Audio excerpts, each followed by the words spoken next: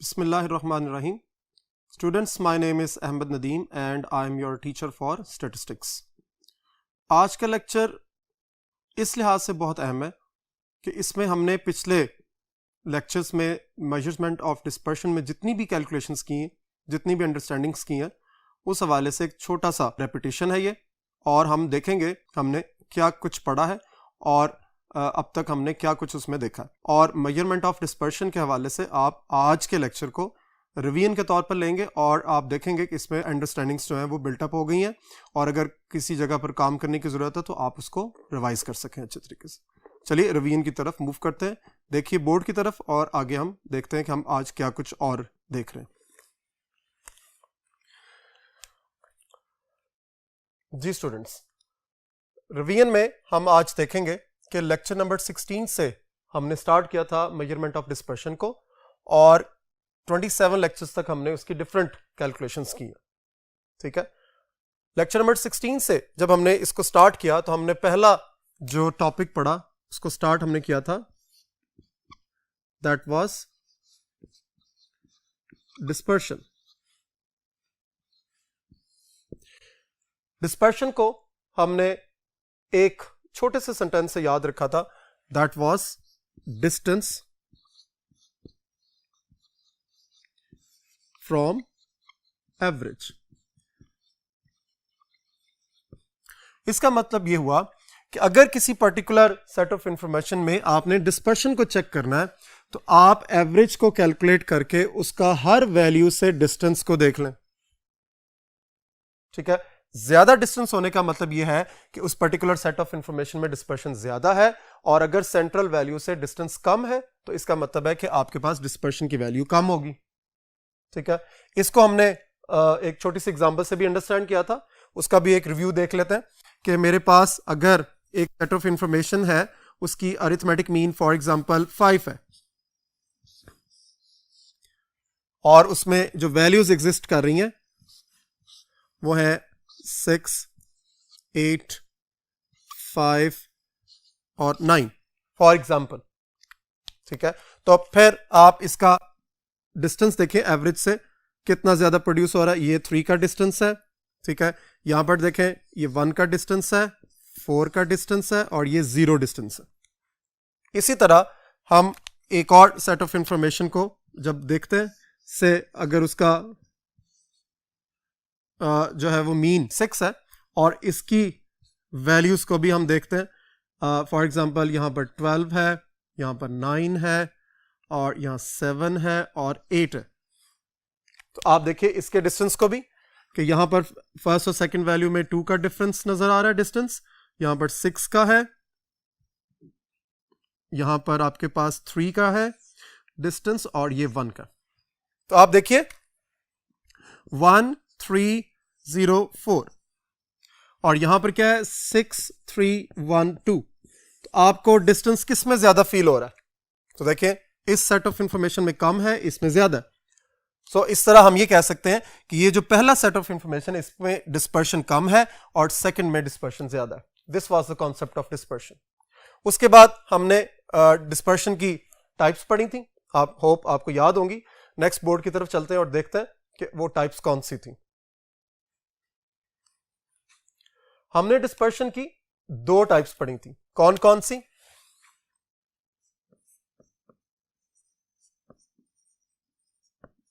Dispersion was subdivided into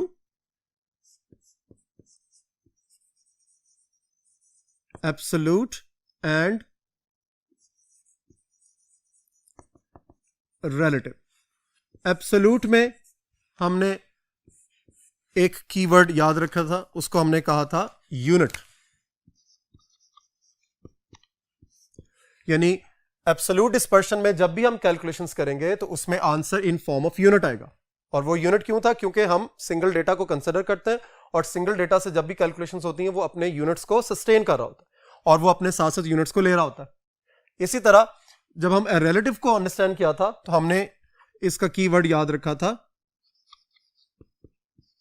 unitless, यानी आपके पास जो रिलेटिव डिस्पर्शन है वो यूनिटलेस होती है। उसकी रीजन क्या थी?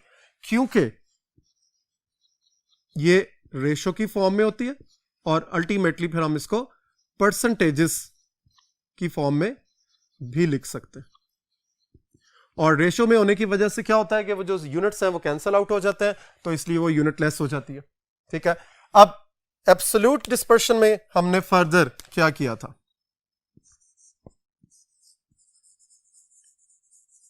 एब्सोल्यूट डिस्पर्शन में हमने इसकी फर्दर कुछ कैलकुलेशंस के मेथड देखे थे। फर्स्ट वन वाज रेंज, जिसका फॉर्मूला था मैक्सिमम वैल्यू में से मिनिमम वैल्यू को माइनस कर देना। यानी लार्जर वैल्यू आप डेटा की देखते हैं, आप स्मॉलर वैल्यू देखते हैं और लार्जर और स्मॉलर में से दोनों वैल्यूज को आपस में माइनस करते हैं तो आपके पास रेंज आ जाती है। दूसरी कैलकुलेशन क्या थी आपकी? दैट वाज क्वार्टाइल डेविएशन, और उसका फॉर्मूला था Q3 minus Q1 divided bye 2। ठीक होगी जी। अब देखिए, क्वार्टाइल डेविएशन की कैलकुलेशन में हमें दो कैलकुलेशंस करना पड़ती हैं। कौन कौन सी? लोअर क्वार्टाइल और अपर क्वार्टाइल।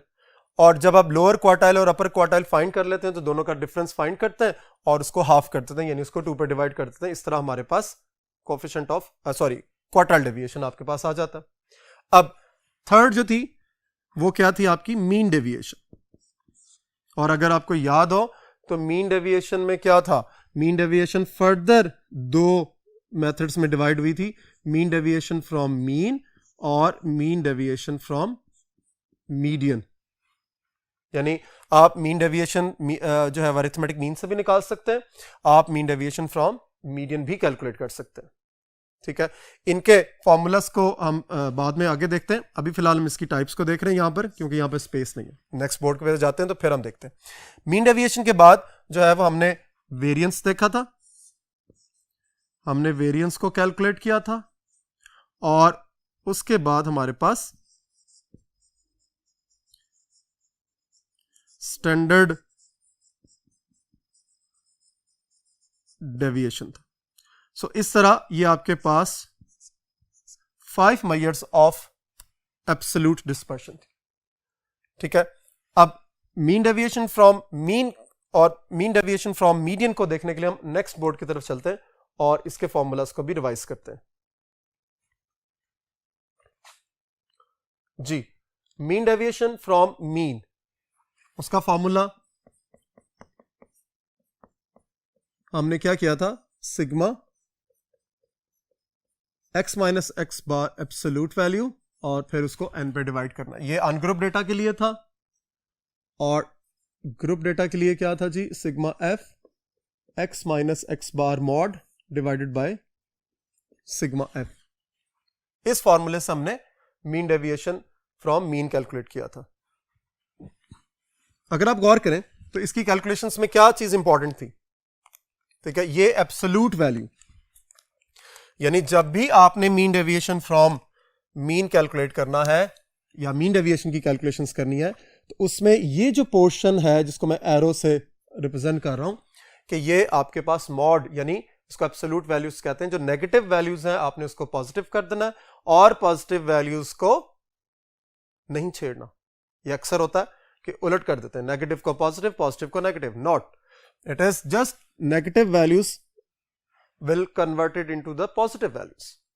ठीक है जी। सो नेगेटिव को पॉजिटिव करेंगे, सम करेंगे और n पर डिवाइड कर देंगे। इस तरह आपके पास मीन डेविएशन फ्रॉम मीन निकल आएगा। ठीक है जी। अब आगे चलते हैं, मीन डेविएशन फ्रॉम मीडियन। इसका भी फॉर्मूला, इसकी लुक भी ऑलमोस्ट वही होती है, सिर्फ एक वैल्यू चेंज होती है और मीन की जगह मीडियन आ जाता है। और फाइनली आगे चलें ग्रुप डेटा में तो देखें उसमें भी मीन की जगह मीडियन आ जाता है और आप सिग्मा एफ से इसको डिवाइड कर देते हैं। This was mean deviation from median and mean. उसके बाद हमने वेरिएंस देखा। वेरिएंस क्या था जी? Sigma x minus x bar square over n। ये अनग्रुप डेटा के लिए था। फिर सिग्मा एक्स माइनस एफ अगर आपने ग्रुप डेटा के लिए करना है तो आपको एफ को इन्वॉल्व करना पड़ेगा x minus x bar square divided by sigma F. इसी के शॉर्टकट फॉर्मूला जो हमने देखा वो क्या था, sigma x square over n minus sigma x over n whole square.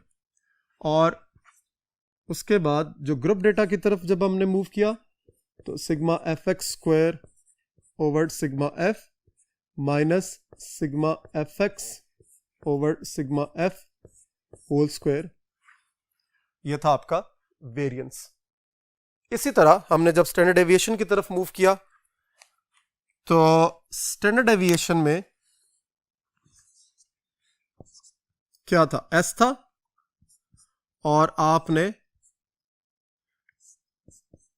Formula लिखा sigma x minus x bar square over N और उसका स्क्वायर रूट। ठीक है, अगर ग्रुप डेटा की तरफ जाते तो sigma F into x minus x bar square divided by sigma F square root. So यहां पर एक बात जो याद रखने वाली है वो क्या है कि जब भी हम वेरिएंस का स्क्वायर रूट लेंगे तो वो किस में कन्वर्ट हो जाएगा, स्टैंडर्ड डेविएशन में। इसलिए फिर हमने वेरिएंस को क्या लिखा था, एस स्क्वायर, और जब हम यहां पे स्क्वायर रूट लेते हैं तो वो एस बन जाता है। सो जितने भी फॉर्मूलाज हैं वेरिएंस के उसमें सिंपल आप स्क्वायर रूट डाल दें तो आपका क्वेश्चन जो है वो किस में कन्वर्ट हो जाता है, एस इज इक्वल टू, इसी तरह क्या होगा, square root of sigma x square over n minus sigma x over n whole square. और जब हम ग्रुप डेटा की तरफ जाएंगे तो sigma f x square over sigma f minus sigma f x over sigma f whole square. तो गौर करें, वेरिएंस के फॉर्मूले में और स्टैंडर्ड डेविएशन के फॉर्मूले में क्या डिफरेंस है, वो है स्क्वायर रूट का। हमने अभी तक रिलेटिव मेजर नहीं, हमने एब्सोल्यूट मेजर्स की बात की। सो एब्सोल्यूट मेजर्स जो हमने अभी पिछले बोर्ड पे देखी हैं वो हमारे पास कौन कौन सी थी, range, quartile deviation, mean deviation, variance and standard deviation. Clear होगी बात। अब एब्सोल्यूट मेजर्स खत्म हो गई, अब हम चल रहे हैं रिलेटिव मेजर्स की तरफ, और रिलेटिव मेजर्स के लिए हम नेक्स्ट बोर्ड का इस्तेमाल करेंगे। चलिए चलते हैं नेक्स्ट बोर्ड की तरफ। जी, रिलेटिव मेजर्स क्या थी, रिलेटिव मेजर्स को भी हम एब्सोल्यूट मेजर्स का ही नाम देते हैं, लेकिन उसमें एक वर्ड का इजाफा करते हैं, वो है कोफिशिएंट। यानी सबसे पहले हमारी जो रिलेटिव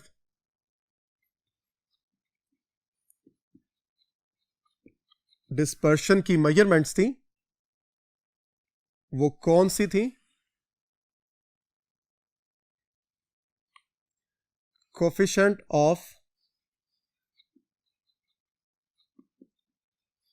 रेंज। ठीक है, इसका फॉर्मूला क्या था जी, x maximum value minus minimum value divided by maximum value plus minimum value. उसके बाद सेकंड थी हमारे पास कोफिशिएंट ऑफ क्वार्टाइल डेविएशन, और वो क्या था जी, Q3 minus Q1 divided by Q3 plus Q1।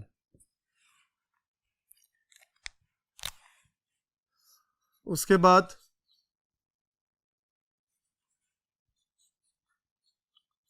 Mean coefficient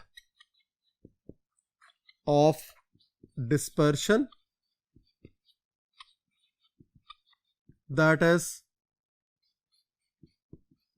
mean deviation from mean divided by mean। Then हमारे पास था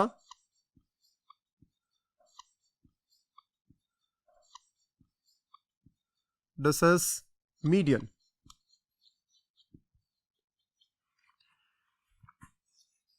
coefficient of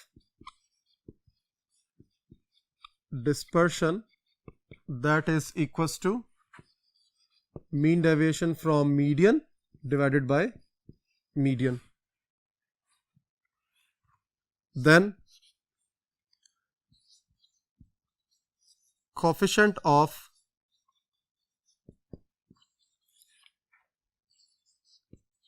standard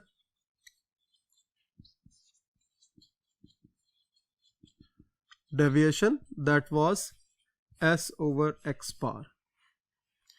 And the last one, relative dispersion में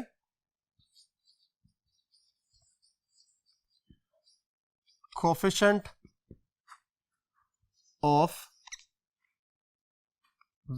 variation that was S over X bar multiply by 100%. So आपके पास ये 6 जो calculations थी, 6 जो measures थी वो रिलेटिव डिस्पर्शंस में। अब इसमें एक चीज जो पहले भी डिस्कस हुई, अब फिर मैं रिवाइज कर रहा हूं कि रिलेटिव डिस्पर्शन की कैलकुलेशंस और एब्सोल्यूट डिस्पर्शन की कैलकुलेशंस में कोई फर्क नहीं है। यानी अगर आपने किसी क्वेश्चन में एब्सोल्यूट डिस्पर्शन कैलकुलेट करनी है तो जो कैलकुलेशंस, जो कॉलम्स आप कैलकुलेट करेंगे वही कैलकुलेशंस, वही कॉलम्स जो हैं वो आप रिलेटिव डिस्पर्शन में भी कैलकुलेट करेंगे। जस्ट फॉर्मूले का फर्क है कि अगर वहां पर फॉर एग्जांपल आपने रेंज निकाली है और किसी क्वेश्चन में कहा गया कोएफिशिएंट ऑफ रेंज, तो रेंज वाले क्वेश्चन में भी आपने मैक्सिमम वैल्यू और मिनिमम वैल्यू को फाइंड किया, और जब आप कोएफिशिएंट ऑफ रेंज निकालेंगे यानी रिलेटिव मेजर निकालेंगे तब भी आपने मैक्सिमम वैल्यू और मिनिमम वैल्यू निकालनी, और जस्ट इस फॉर्मूले के मुताबिक एक दफा माइनस करना, एक दफा आपने उसको प्लस कर देना। सेम केस जो है वो आपका मीन कोएफिशिएंट ऑफ डिस्पर्शन में भी है, मीडियन कोएफिशिएंट ऑफ डिस्पर्शन में भी है कि अगर किसी क्वेश्चन में आपने मीन डेविएशन फ्रॉम मीडियन निकालना है तो उसी क्वेश्चन में आप मीडियन कोएफिशिएंट ऑफ डिस्पर्शन भी निकाल सकते हैं। क्यों? क्योंकि जब आप मीन डेविएशन फ्रॉम मीडियन निकालेंगे तो उसमें मीन डेविएशन फ्रॉम मीडियन तो निकाला, लेकिन उससे पहले आप मीडियन निकाल चुके हैं। तो जब मीडियन आपने कैलकुलेट कर लिया तो आपको जस्ट क्या करना है, इस फ्रैक्शन के अंदर मीन डेविएशन फ्रॉम मीडियन का आंसर पुट अप करना है और नीचे आपने क्या करना है, मीडियन से इसको डिवाइड कर देना। इस तरह दोनों की डिवीजन जो है वो क्या कहलाएगी, मीडियन कोएफिशिएंट ऑफ डिस्पर्शन। सो इसलिए ये बहुत ज्यादा कॉम्प्लिकेटेड ये वाला पोर्शन नहीं है। अगर वो क्लियर है तो डेफिनेटली यहां पर आपको इसकी कैलकुलेशंस में बहुत ज्यादा कॉम्प्लिकेशंस नहीं होगी।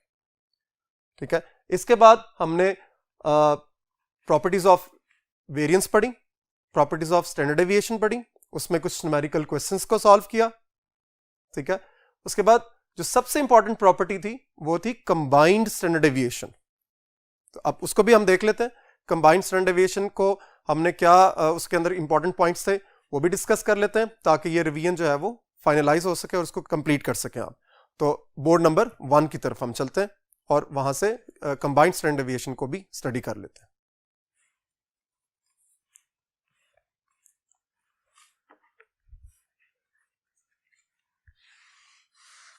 जी, हमने प्रॉपर्टीज को पढ़ा, किस किस की, वेरिएंस और स्टैंडर्ड डेविएशन की। ठीक है, वेरिएंस की जो इंपॉर्टेंट प्रॉपर्टीज थी वो क्या थी कि वेरिएंस ऑफ कांस्टेंट जो है वो 0 होता है, variance of constant with variable अगर आपके पास है तो कांस्टेंट जो है वो बाहर आ जाता है और वेरिएंस जो है वो x तक शिफ्ट होता है। ठीक है, इसी तरह जब वेरिएंस ऑफ ax यानी कोई कांस्टेंट वेरिएबल के साथ इन्वॉल्व है तो एक्चुअली वो जब यहां शिफ्ट होगा तो वो स्क्वायर बन जाएगा। ठीक है, इसी के साथ में जब स्टैंडर्ड डेविएशन में हम गए थे तो वो क्या बना था, a times standard deviation of x, यानी वेरिएंस में स्क्वायर बनता है और स्टैंडर्ड डेविएशन में वही कांस्टेंट एज इट इज जो है वो बाहर आ जाता है। ठीक है जी।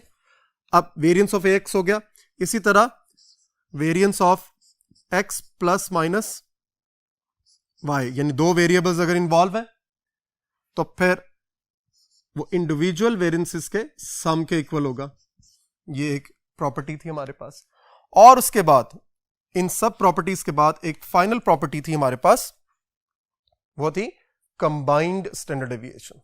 उसको भी एक दफा देख लेते हैं जी। Combined standard deviation SC, that was square root of sigma ni SI square plus x bar I minus x bar C square divided by sigma ni। और इसको जब हमने for two set of information के लिए देखा था तो हमने इसको किस तरह स्प्लिट अप किया था वो भी एक दफा देखें कि हमने इस फैक्टर का आई खत्म किया था सबसे पहले। ठीक है, और वो क्या था जी, n s square plus x bar minus x bar c square, ये फैक्टर हो गया। अब चूंकि दो सेट ऑफ इंफॉर्मेशन थे तो इस फैक्टर को दो दफा लिखना है आपने सम की सूरत में, n s square plus x bar c minus x bar minus x bar c का स्क्वायर और divided by n plus n। अब चूंकि ये दो सेट ऑफ इंफॉर्मेशन थे तो इसलिए हमने इसके साथ पहले के साथ 1, जहां जहां आई था वहां वहां 1 लग गया, और दूसरे के साथ जहां जहां आई था वहां हमने 2 लगा दिया, और नीचे भी n1 और n2। इस तरह हमारे पास कंबाइंड स्टैंडर्ड डेविएशन का फॉर्मूला स्प्लिट अप हो गया। यही चीज जो है वो आप 3 सेट ऑफ इंफॉर्मेशन के लिए भी कर सकते हैं कि अगर आपके पास 3 सेट ऑफ इंफॉर्मेशन है तो यही फैक्टर जो है वो तीसरी दफा ऐड होगा और नीचे डिनोमिनेटर में n3 आ जाएगा। इस तरह आप इजीली उसकी कैलकुलेशंस भी कर सकते हैं। और फिर इसी की एप्लीकेशन में हमने कंबाइंड कोफिशिएंट ऑफ वेरिएशन देखा था। कंबाइंड कोफिशिएंट ऑफ वेरिएशन में क्या था, फॉर्मूला वही था कोफिशिएंट ऑफ वेरिएशन का, that is s over x bar multiply by 100%। ठीक है जी। लेकिन जब हमने कंबाइंड कोफिशिएंट ऑफ वेरिएशन दिया तो जहां पर CV है वहां पर CVC हो गया, यानी कोफिशिएंट ऑफ वेरिएशन कंबाइंड। ठीक है जी। और जब ये कंबाइंड हो गया तो इसका मतलब है कंबाइंड स्टैंडर्ड डेविएशन इस्तेमाल होगा और कंबाइंड ही मीन इस्तेमाल होगा। यानी आपका जो कोफिशिएंट ऑफ वेरिएशन का सिंपल फॉर्मूला था वो कंबाइंड के फॉर्मूले में कन्वर्ट हुआ। यानी आपने अगर combined coefficient of variation calculate करना है दो सेट ऑफ इंफॉर्मेशन के लिए तो आपको दोनों का कंबाइंड स्टैंडर्ड डेविएशन निकालना है, नंबर 1, आपको कंबाइंड मीन निकालना है, नंबर 2, और फिर दोनों का रेशियो लेकर उसको 100 से मल्टीप्लाई करना। इस तरह परसेंटेज की फॉर्म में आपके पास आंसर आ जाएगा। स्टूडेंट्स, इसके बाद आपने कुछ न्यूमेरिकल एग्जांपल्स को सॉल्व किया था। आई होप कि आपको ये आज का लेक्चर काफी ज्यादा समझ भी आया होगा और आपकी जो प्रीवियस डेफिशिएंसीज थी वो अच्छे तरीके से कवर हो गई होंगी। यहां पर अपना लेक्चर खत्म करते हैं। अल्लाह हाफिज।